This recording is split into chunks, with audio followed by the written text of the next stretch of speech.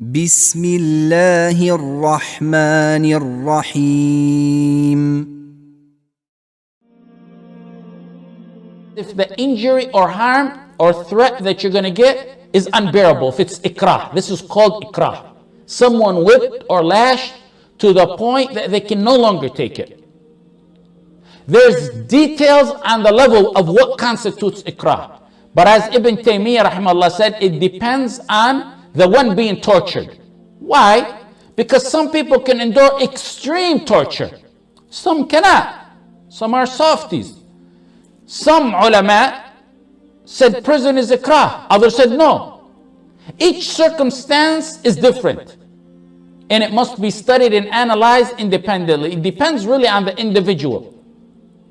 Al-Khazin said it must be extreme pain and torture that one cannot bear, or even death. Sometimes, for some people, one day in prison, and it could be an older, sick man who's very sick, that could constitute ikrah, unbearable harm.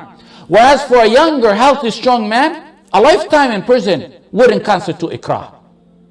There's other evidence and indicators that point what ikrah is and what's not, and really it's got to be studied on an individual basis. One must keep in mind that the word of Tawheed and Allah's rights of haram and halal are mighty matters. And they're mighty matters that a true believer would hate to compromise unless it's the biggest of unbearable torture. And one with the strongest of iman would rather lose his life than compromise on that. There's no doubt being firm, even if it costs one his death, is better. But we're saying, what if someone decides to take the exemption? For example, when September 11 happened, some supposed shuyukh or dua or whatever they want to call themselves, they ran around issuing fatwas that a woman can just wear a hat for hijab. Some type of hat that they said is good, and that's hijab. Why? They said it's ikrah. And that's foolishness. That's jokes. After September 11, you can possibly count on your fingers how many of our beloved sisters were harmed. Yet they began to make it an issue as if it was an issue of ikrah, compromising something that's wajib. Those are the human devils. إِنَّمَا ذَلِكُمُ الشَّيْطَانُ, in that type of thinking. إِنَّمَا ذَلِكُمُ الشَّيْطَانُ يُخَوِّفُ أَوْلِيَاهُ. You need to keep ikrah in mind that ikrah is one threatening must be able to carry out what he claims. And you must not be able to defend yourself. And if you're ordered to say kufr or haram or leave a wajib and it's unbearable harm, then you can take it. If you can't defend yourself and he can carry out what he's saying he's going to do to you. And number two, you have to believe that he will actually carry out that threat.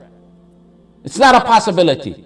Meaning if I don't do that haram or say that word of kufr, wal'iyadu billah, he would definitely kill me. He would definitely, the whip is in his hand and he's going to whip me so much that I will not even be able to bear it. Mere threats don't constitute ikrah. As Ibn al-Jawzi narrated, that Imam Ahmed said in Zad al-Masir. That's the second one. Third is, what you're threatened with has to be imminent. It's going to happen now. If it's a matter of the future, wait. So not only are you sure it's going to happen, but it's going to happen right now, or very imminent, right in a few moments. So if they say, for example, shave your beard, or say words of kufr, wal'iyadu billah, and the threat will not be carried out. You wait until they're about to carry out that threat. And the final point is, if they give you a choice, like that of Shu'aib alayhi salam. قال الملأ الذين استكبروا من قومه لنخرجنك يا شعيب والذين آمنوا معك من قريتنا أو لتعودن في ملتنا قال أولو كنا كارهين قد افترينا على الله كذبا إن عدنا في ملتكم بعد أن نجانا الله منها وما يكون لنا أن نعود فيها إلا أن يشاء الله ربنا. They told Shu'aib, either leave the country or come back to our religion. He said, no way will I go back. They gave him a choice. You either leave the USA or do this haram. You pack up and leave if they give you the choice. You don't say my property, my friends, my family. There's no ikrah if you have a choice. Just so you know, and I want you to know the level of harm one must be inflicted with or threatened with, that he has to know will immediately happen before he says kufr or does a haram or leaves an obligation. So to know the level, you know, when the whipping and lashing that they used to have back in the days is much worse than what's done today. In fact, the one lashing, Imam Ahmed ibn Hanbal rahimahullah said to him, لو ضربت تلك الصياط فيلا لهدته من جوفه. If the whips I hit you with, I went and hit an elephant with, they dropped that elephant dead.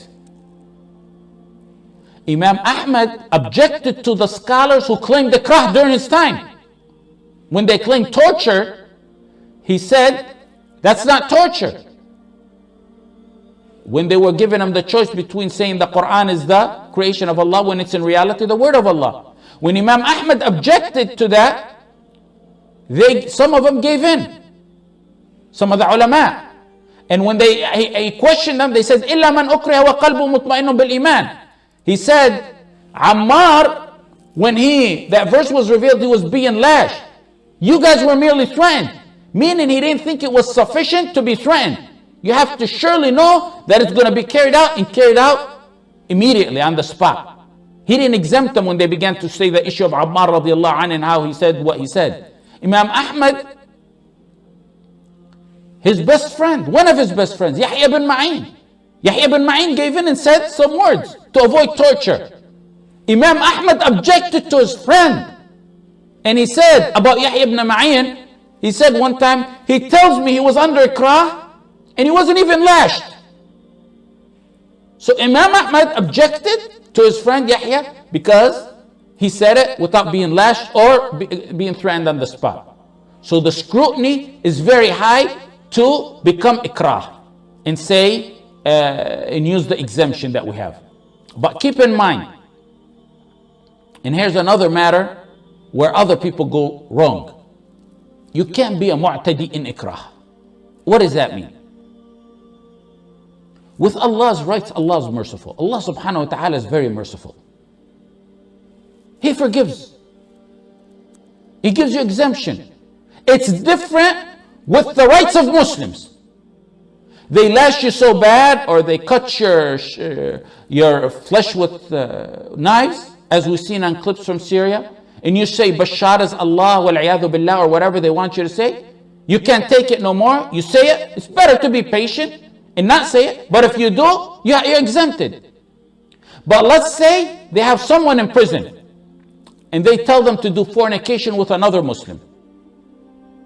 I used to remember decades ago when I used to listen to Kishk rahimahullah and his old tapes and talk about prison conditions in Egypt back in the 60s. He said there were circumstances when they would tell a man to have a relationship, a prisoner with another prisoner. Even if they shred you piece by piece, you cannot do that. Why? وَلَا تَزِرُ وَازِرَةٌ وِزْرَ أُخْرَى. No bearer of burdens shall bear the burden of another.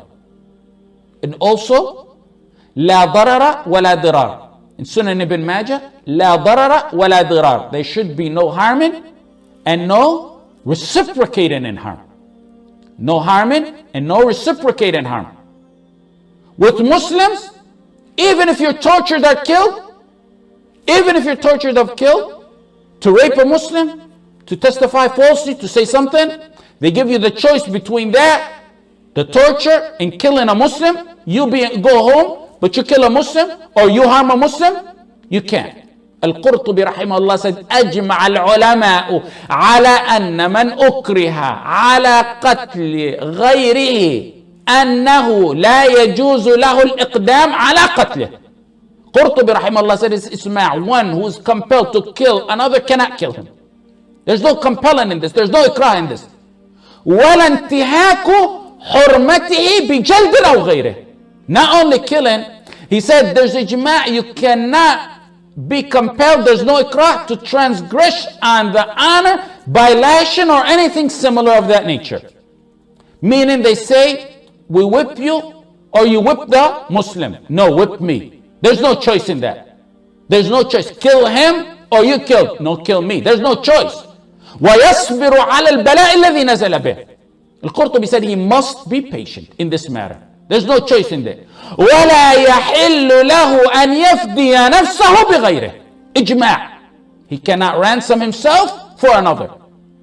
وَيَسْأَلُ اللَّهَ الْعَافِيَةَ فِي الدُّنْيَا وَالْآخِرَةِ. نسأل الله العافية. نسأل الله العافية. At the end of his quote he said, and you ask Allah subhanahu wa ta'ala to keep you safe from those type of trials. It's ijma'. And you don't have a choice in those matters. When it comes to the rights of a Muslim, it's not a choice of ikrah. Allah's rights, tolerable. Allah exempts you. He won't hold you accountable if it's ikrah. With Muslim rights, there's no choice. There's no ikrah.